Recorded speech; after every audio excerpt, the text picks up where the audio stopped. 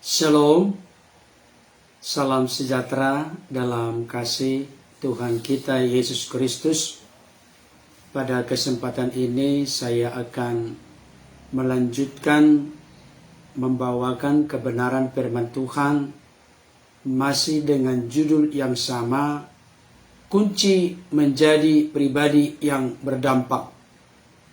Baik Bapak Ibu Saudara, kali ini saya akan bacakan firman Tuhan, masih tetap bertitik tolak dari Daniel 6, tapi sudah masuk pembahasan kita ke ayat yang ke-6 sampai 12. Saudara dikasih Tuhan, demi didengar Daniel bahwa surat perintah itu telah dibuat, pergilah ia ke rumahnya.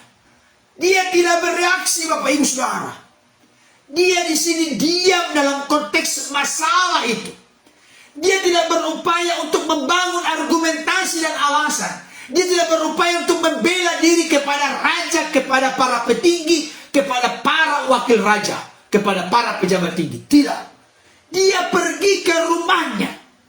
Bayangkan Bapak Ibu Saudara. Ini sesuatu yang luar biasa. Dia tahu kapan dia harus berkata-kata. Dia tahu kapan dia harus berbicara. Dia tahu kapan dia harus diam. Saudara dikasih Tuhan. Ngapain dia ke rumahnya? Kita lihat. Dalam kamar atasnya ada tingkat-tingkat yang terbuka ke arah Yerusalem. 3 kali sehari ia berlutut, berdoa serta memuji Allahnya seperti yang biasa dilakukannya. Saudara dikasih Tuhan, ternyata dia pulang ke rumahnya setelah sudah diambil perintah dan keputusan itu. Apa itu tadi? Siapapun yang mengajukan permohonan selama 30 hari berturut-turut kepada dewa, kepada manusia, kepada yang lain selain daripada kepada Allah Israel, maka dia akan dimasukkan ke gua singa. Ketika dia mendengar itu, dia pulang ke rumahnya. Dalam kamar atasnya ada tingkat-tingkat yang terbuka ke arah Yerusalem. Saudara dikasih Tuhan, dulu bangsa Israel itu ada arah. Kalau saudara kita Islam atau Muslim berkata kiblat. Kiblat. Arah kiblat. Jadi ada tingkat-tingkat. Dikatakan di sini yang terbuka ke arah Yerusalem. Jadi dulu Daniel itu berdoa memiliki arah. Kenapa ke Yerusalem? Karena Yerusalemlah pusat dari ibadah, dari kebaktian, dari penyembahan Allah Israel. Ada tingkat-tingkat yang ke arah Yerusalem. Mungkin Bapak Ibu Saudara akan berkata, Pak Pendeta, apakah kita perlu sekarang kiblat atau arah? Tidak. Tapi saya mau sampaikan, sebenarnya yang ditekankan secara spesifik, secara khusus tentang perkataan Daniel di sini dan tentang isi firman Tuhan, tingkat-tingkat yang terbuka ke arah Yerusalem, artinya ketika saudara dan saya berdoa, ketika kita beribadah kepada Tuhan, harus fokus, harus konsentrasi.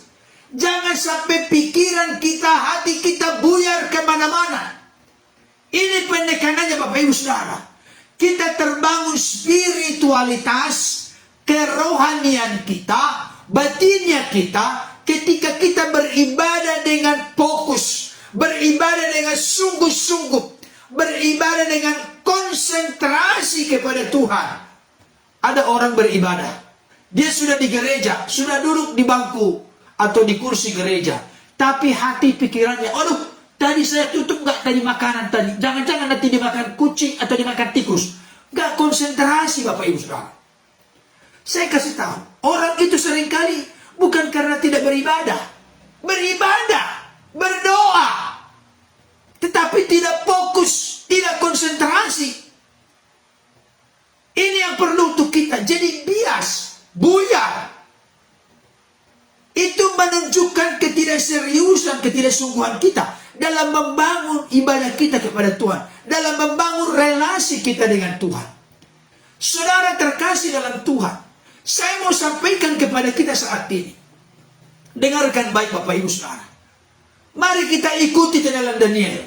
Kalau kita rindu berdampak dan berpengaruh yang positif ke arah yang membawa manusia di sekeliling kita, akhirnya kagum, takjub, terpesona dengan Tuhan yang kita sembah. Akhirnya mereka memuliakan Tuhan. Saya mau sampaikan saat ini, Bapak Ibu Saudara, mari kita bangun spiritualitas kita. Mari kita bangun batinnya kita. Mari kita bangun kerohanian kita dengan cara fokus tingkat-tingkat ke arah Yerusalem. Tolong ya Bapak Saudara, jangan salah mengerti. Kita tidak perlu lagi sekarang arah atau kiblat, karena kita yakin dan percaya Allah itu omnipresent. Allah itu hadir di mana-mana. Apalagi ketika Yesus telah mati di kayu salib, tabir bait Allah telah terbelah dua. Tadinya yang bisa masuk ke ruang maha kudus hanya imam besar, itu pun 1 kali 1 tahun, untuk mempersembahkan korban bagi dirinya, termasuk bagi seluruh umat Israel. Tapi semenjak tabir bait Allah terbelah dua, kita bisa berelasi langsung kepada Tuhan.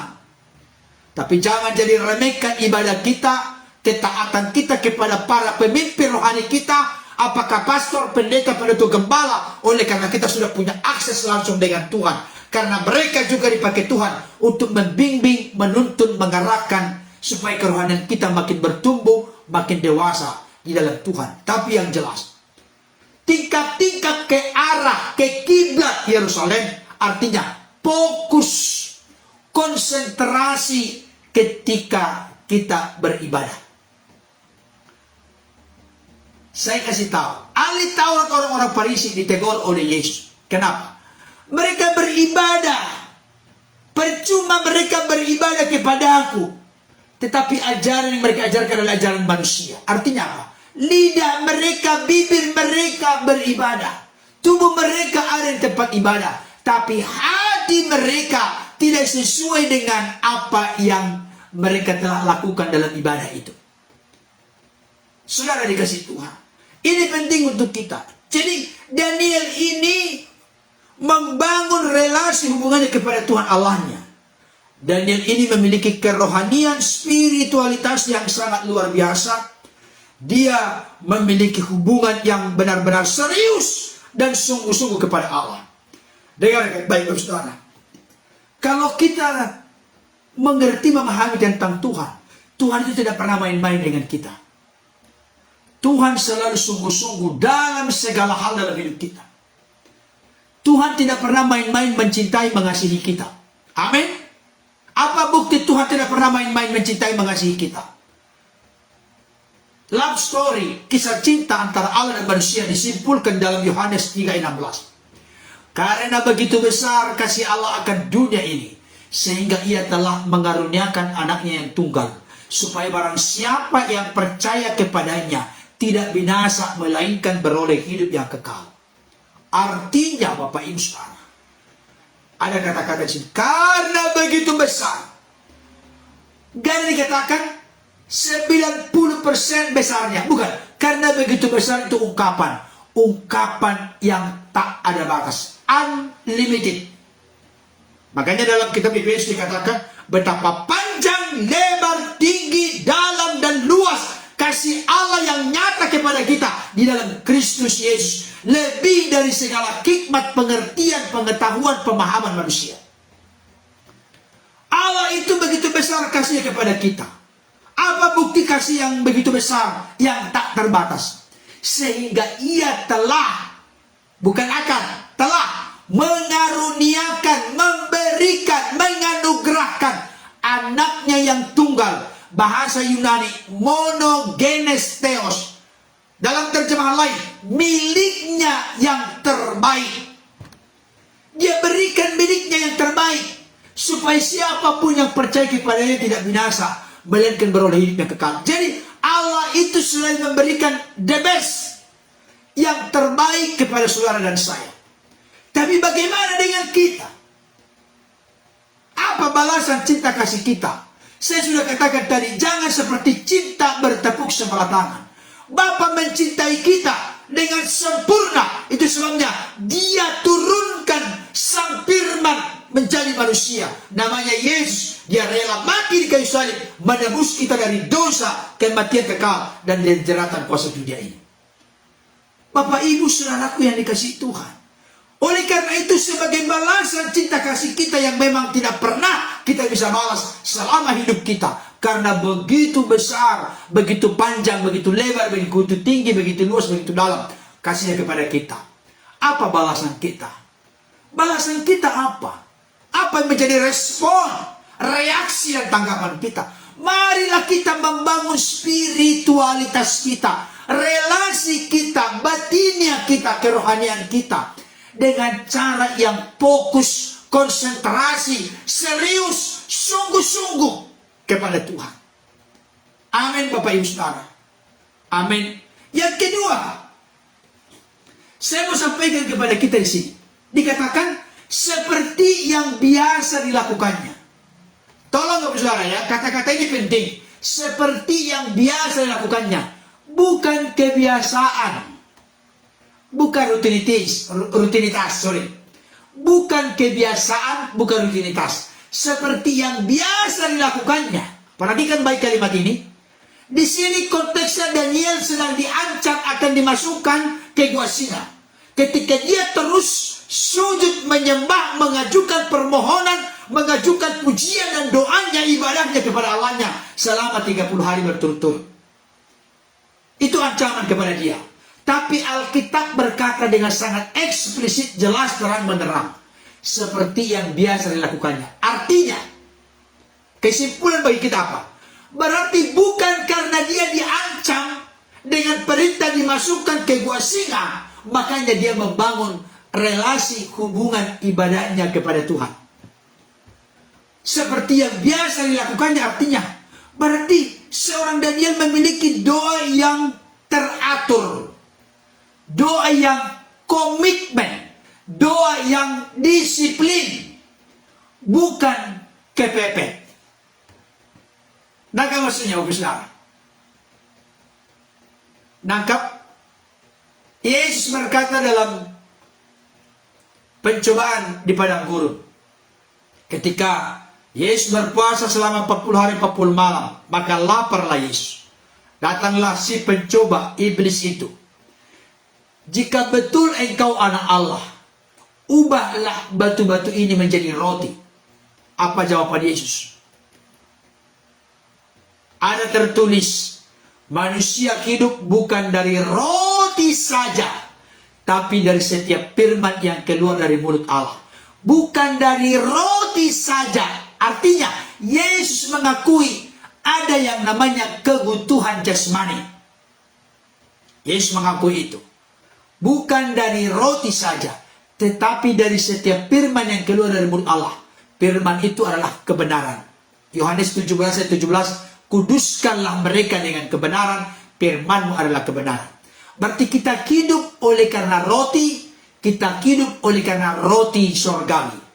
Kita hidup oleh karena makanan dan minuman sebagai suplai tubuh jasmani kita, tapi kita juga hidup oleh karena kebenaran, firman, karena itu adalah kebutuhan rohaniah kita. Saudara dikasih Tuhan. Pertanyaan saya, Bapak Ibu Saudara secara umum, itu makan setiap hari berapa kali? Berapa kali makan setiap hari? Ada orang yang berkata 3 kali, umumnya 3 kali. Orang-orang kita Indonesia biasanya 3 kali. Tapi ada juga karena alasan diet jadi 2 kali. Tapi secara umum 3 kali. Perhatikan baik. Kalau Yesus berkata manusia hidup bukan dari roti saja, berarti kita menikmati roti. Roti maksudnya itu pengertian umumnya adalah nasi, lauk pauk, makanan, minuman, dan seterusnya. Kita lakukan 3 kali sehari. Tapi kebutuhan rohaniah kita, kecintaan kita membangun relasi hubungan dengan Tuhan, melalui doa kita bicara kepada Tuhan, melalui firman Tuhan bicara kepada kita, berarti ada dialog, ada komunikasi yang harmonis antara kita dengan Tuhan, Tuhan dengan kita, melalui kebenaran firman Tuhan. Berapa kali sehari? Kalau kebutuhan jasmani 3 kali, kebutuhan rohani berapa kali? Ini menjadi renungan bagi kita. Kadangkala kita rindu, Tuhan, aku rindu mengalami pertumbuhan rohani yang dahsyat. Kedewasaan rohani, aku rindu mengalami hal-hal perkara-perkara besar. Tapi kita lalai untuk membangun relasi kita dengan Tuhan. Tapi Daniel, Bapak Ibu Saudara, perhatikan baik. Motto dari Daniel, kalau boleh saya kalimatkan kepada kita menjadi berkat. Ada masalah, tidak ada masalah. Kecil masalah, sedang masalah, besar masalah. Saya tetap berkomitmen, bahkan disiplin secara teratur membangun relasi hubunganku dengan Tuhan. Tapi ada yang menjadi kelalaian banyak orang Kristen. Mudah-mudahan tidak ada di antara Bapak Ibu Saudara. Apa itu? Semakin berat dan besar masalah seseorang, semakin membuat dia mengeraskan hati, tidak mau merendahkan hati, membangun relasi hubungan dengan Tuhan. Saya kasih tahu, itu kita berada seperti lampu-lampu lalu lintas dalam posisi lampu kuning menuju merah. Berbahaya. Ketika kita dalam keadaan pergumulan, dalam keadaan kesulitan, sakit, penyakit, persoalan, jangan membuat kita makin renggang dengan Tuhan. Jangan membuat relasi hubungan kita makin jauh dengan Tuhan. Jangan kita makin mengandalkan pikiran dan pengalaman kita, pengetahuan kita, kehebatan kita, kebiasaan kita. Semakin berat pergumulan, semakin besar persoalan, semakin susah, sulit, dan sukar masalah yang kita hadapi, semakin memicu, merangsang, mendorong, memotivasi kita untuk makin datang mempersembahkan hidup kita kepada Tuhan. Inilah perkataan Yesus dalam ungkapan bahagia yang pertama. Berbahagialah orang yang miskin di hadapan Allah, sebab mereka yang mempunyai kerajaan surga. Miskin tidak ada kaitan dengan harta, mamon, uang, hepeng. Tidak ada kaitannya. Miskin di hadapan Allah itu terkait secara spesifik, secara spesial, secara khusus sikap hati di mana kita selalu butuh Tuhan, mengharapkan Tuhan, bergantung kepada Tuhan. Tanpa Tuhan kita tidak dapat berbuat apa-apa, karena memang Yesus berkata, Yesus pokok, kita adalah carang atau rantingnya. Di luar Yesus kita tidak dapat berbuat apa-apa. Di luar Yesus kita menjadi lemah dan tidak berdaya. Tapi bersama dengan Yesus kita cakap menanggung segala perkara. Amin Bapak Ibu Saudara. Dengarkan baik. Jadi Daniel ini memiliki spiritualitas yang baik. Itu terkait dengan bagaimana dia fokus sungguh-sungguh konsentrasi ketika beribadah kepada Tuhan. Dia tidak pernah main-main beribadah kepada Tuhan. Kalau kita orang Kristen seringkali, apalagi saudara-saudara kita dari karismatik, Pentakosta, apa itu? Lagunya sangat menonjol.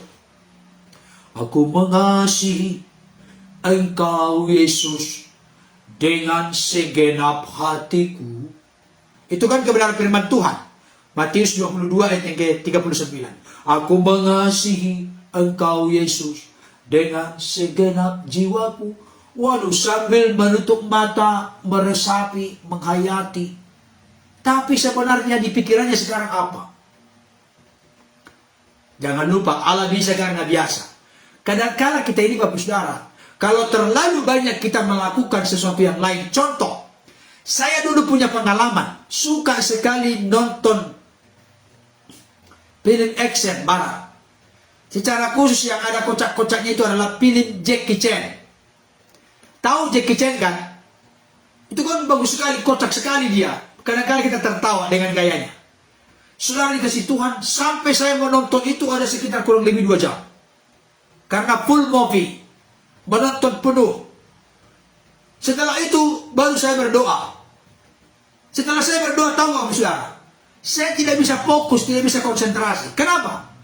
Karena kelihatannya Jackie Chan menendang kepala saya. Seperti aksi dari dia ketika bermain film itu. Jadi dalam pikiran saya sudah diwarnai dengan tendangan Jackie Chan. Sehingga kalimat saya bagus kepada Tuhan. Perkataan saya bagus kepada Tuhan. Doa saya bagus kepada Tuhan. Kalimatnya iya. Tapi pikiran dan hati saya tertuju kepada Jackie Chan yang mau nendang kepala saya. Tapi saudara pernah mengalami? Pak Sinyol Lopati pernah mengalami? Pernah nggak mengalami? Nggak bisa konsentrasi. Allah bisa karena biasa. Karena kita terlalu banyak meluangkan waktu kita kepada sesuatu. Maka yang ada di hati kita, yang ada di pikiran kita adalah sesuatu itu. Inilah penggenapan perkataan Yesus. Sebab di mana hartamu berada, di situ juga hatimu berada. Kalau harta kita adalah film action Jackie Chan, maka di situ juga di mana hartamu berada, di situ hati kita berada. Kalau hati kita berada di Jackie Chan, maka di pikiran kita, maka di dalam segala hidup kita terwarna adalah Jackie Chan yang sedang nendang. Jika kita tidak maksimal, tidak serius, tidak sungguh-sungguh, tidak fokus, tidak terarah secara sungguh-sungguh dalam beribadah kepada Tuhan. Saudara yang dikasihi Tuhan, tetapi yang kedua ini penting. Seperti yang biasa dilakukannya. Apa yang dilakukannya Daniel? 3 kali sehari ia berlutut. Berlutut ini gambaran konteks tradisi Israel adalah berlutut, sujud, tersungkur, menyembah, menaklukkan diri, merendahkan hati di hadapan Tuhan. Sudah fokus sikap hati merendah lagi kepada Tuhan. Berdoa serta memuji Allahnya. Ini menjadi habit, natur, kebiasaan, gaya hidup dari seorang Daniel. Berlutut, memuji Allah, berdoa. Seperti yang biasa dilakukannya. Teratur dilakukannya. Komitmen melakukannya. Disiplin dilakukannya. Yaitu berlutut, berdoa, serta memuji Allahnya. Seperti yang biasa dilakukannya. Artinya, bukan karena ada masalah yang mengancam dimasukkan ke gua singa, maka dia berbenah. Berarti kalau saya kategorikan sekarang ini, Daniel ini gambaran kehidupan kekristenan yang tidak kepepet. Tapi dia sudah menyediakan dulu bekal rohaninya, bekal batiniahnya, bekal spiritualitasnya sebelum terjadi hal apapun. Mau terjadi masalah, mau ada masalah, tidak ada masalah, tetap komitmennya kepada Tuhan. Wow, saya berharap dan mendorong kita semua, termasuk khotbah ini pertama-tama kepada saya. Mari kita belajar seperti ini. Kalau kita rindu berdampak kepada orang lain, mari siap kita berharga. Kita harus punya kapabilitas. Kita harus punya kredibilitas atau integritas. Kita harus punya spiritualitas. Dan ini semua tidak bisa dipisahkan satu dengan yang lain. Kalau kita hanya punya keahlian skill, maka keahlian kita nanti menjadi licik, menjadi korupsi. Tapi kalau kita punya kapabilitas, kredibilitas, integritas, maka apa yang kita tahu, pengetahuan, kepandaian, kemampuan kita miliki akan diarahkan untuk menjadi berkat bagi sesama. Dan kapabilitas, kredibilitas, integritas akan mumpuni dimiliki oleh manusia, oleh saudara dan saya, ketika didasari dengan pondasi memiliki spiritualitas, kehidupan batinnya, kehidupan rohania yang benar-benar akrab, intim, indah, mesra, bergaul dengan Tuhan. Itu pondasinya. Jadi spiritualitas menjadi andalan kita yang terutama. Makanya Yesus berkata dalam khotbah di bukit, tetapi carilah dahulu kerajaan Allah dan kebenarannya, maka semuanya yang lain akan ditambahkan kepadamu. Cari dahulu kerajaan Allah, biarkan dulu Allah yang memerintah, berotoritas, berkuasa atas hati kita, pikiran kita, perkataan kita, perbuatan kita. Maka kita pasti menjadi pribadi yang berintegritas. Maka akan terasah apa yang menjadi kemampuan, skill, kepandaian yang telah Tuhan anugerahkan kepada kita, sehingga berfungsi secara efektif, efisien, optimal, maksimal. Tolong Pak Sinyolopati jangan lupa itu. Efektif, efisien, optimal, maksimal. Luar biasa sekali. Saudara dikasih Tuhan. Mari, saya kasih gambaran sebagai penutup. Saya sangat terharu dan terkesima dengan peristiwa perkawinan di Kana yang di Galilea. Yohanes pasal 2 ayat 1 sampai 11. Di sana terjadi ada satu masalah yang serius. Alkitab berkata, mereka kekurangan anggur atau mereka kehabisan anggur. Perhatikan baik, di tengah-tengah berlangsungnya pesta, mereka kehabisan anggur. Tradisi kebiasaan baik itu masyarakat kelas rendah, menengah atau atas. Itu sudah menjadi habit kebiasaan bagi masyarakat Yahudi. Ketika ada pesta, anggur pasti diupayakan ada. Jadi kalau kehabisan anggur di tengah-tengah berlangsungnya pesta, itu sesuatu yang sangat memalukan, sangat mengerikan. Bahkan sampai ada yang menarik kesimpulan, akan jadi bagaimana nanti keluarga ini. Masa di pernikahannya saja, anggur yang melambangkan sukacita, melambangkan sesuatu yang manis, kok sudah tidak ada.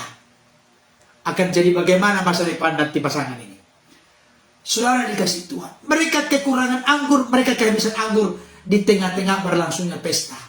Tapi dengarkan baik, ada mujizat, ada keajaiban, ada pertolongan, ada kuasa yang terjadi.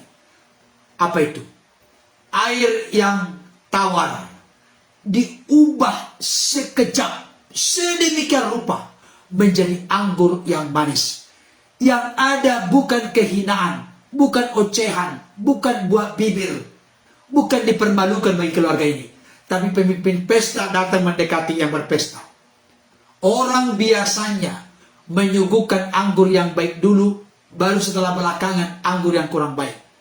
Tapi engkau menyediakan, menghidangkan anggur yang baik sampai sekarang. Dari permulaan pesta sampai selesai pesta, yang dihidangkan adalah anggur yang baik. Kenapa bisa demikian terjadi? Kenapa keluarga yang baru menikah ini, yang melangsungkan pesta pernikahan ini, tertolong? Air yang tawar baru menjadi anggur yang manis. Dengarkan baik, ayat sebelumnya berkata, Yesus dan murid-muridnya diundang juga ke pesta perkawinan, pesta pernikahan itu. Itu menjadi kunci pokok. Itu menjadi dasarnya. Sebelum terjadi kekurangan kehabisan anggur, Yesus telah terlebih dahulu diberikan tempat yang terutama, tempat yang terhormat, menjadi tamu yang sangat diutamakan di pesta itu. Ini menjadi pernyataan saya kepada Bapak Ibu Saudara. Mari, jangan biasakan hidup kita kepepet. Hanya butuh Tuhan baru sujud nangis-nangis. Waduh, mental seperti itu kalau masih ada dalam diri kita. Petik, kemaskan, buang jauh-jauh, tinggalkan, lemparkan dan tanggalkan di dalam nama Yesus dalam hidup kita. Lepaskan Bapak Ibu Saudara. Jangan punya natur kebiasaan seperti itu. Jangan punya habit seperti itu. Hanya butuh doang kita baru datang bersekutu dengan Tuhan. Hanya dalam kesukaran, kesulitan kita datang sujud menyembah kepada Tuhan. Berarti ada udang di balik batu dong kita ini Bapak Ibu Saudara. Marilah kita membangun ketulusan, kemurnian, membangun batiniah kita, membangun rohaniah kita, membangun spiritualitas kita. Sehingga dari hari ke hari, seperti Paulus berkata, meskipun manusia lahiriah kami semakin merosot, tapi manusia batiniah kami diperbaharui, diproses, dimurnikan, diubahkan, disucikan, disempurnakan, sehingga menjadi serupa seperti Kristus. Amin Bapak Ibu Saudara. Amin. Mari sediakan dulu payung sebelum turun hujan. Jangan sediakan payung setelah turun hujan, setelah basah-basah kita ini. Nangka maksudnya filosofi itu? Bagus sekali itu filosofi Bapak Saudara. Sediakan dulu payung sebelum turun hujan. Jangan setelah basah kuyup baru sediakan payung, gak ada gunanya. Terlambat. Jangan menjadi Kristen kepepet. Teladanlah Daniel. Ada masalah, tidak ada masalah, diancam, dimasukkan ke gua singa, tidak diancam, dimasukkan ke gua singa. Tetap konsisten. Berlutut, berdoa, sujud menyembah kepada Allahnya. Dengan fokus secara pribadi dia berdoa. Komunitas juga boleh kita berdoa. Tapi berdoa, berlutut berdoa memuji Allahnya. Secara teratur, secara tertib, secara disiplin. Selamat melakukannya dalam hidup kita masing-masing. Percayalah, kita akan bisa dipakai Tuhan.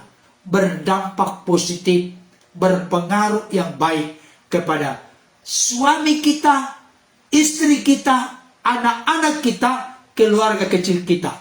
Karena kita mulai harus dari diri kita sendiri. dari diri kita sendiri, dari keluarga kita, baru menyebar kepada keluarga besar, kepada tetangga, kepada RT, RW, kecamatan, kabupaten, kota, provinsi, dan negara. Bahkan akhirnya seperti kata Yesus, kamu adalah garam dunia, kamu adalah terang dunia. Selamat menjadi pribadi yang berdampak. Milikilah kredibilitas, milikilah kapabilitas, milikilah spiritualitas yang luar biasa. Ketiga-tiganya kita temukan dari Daniel. Jadi tidak salah ketika Tuhan memakai dia secara dahsyat luar biasa oleh kasih karunia-Nya.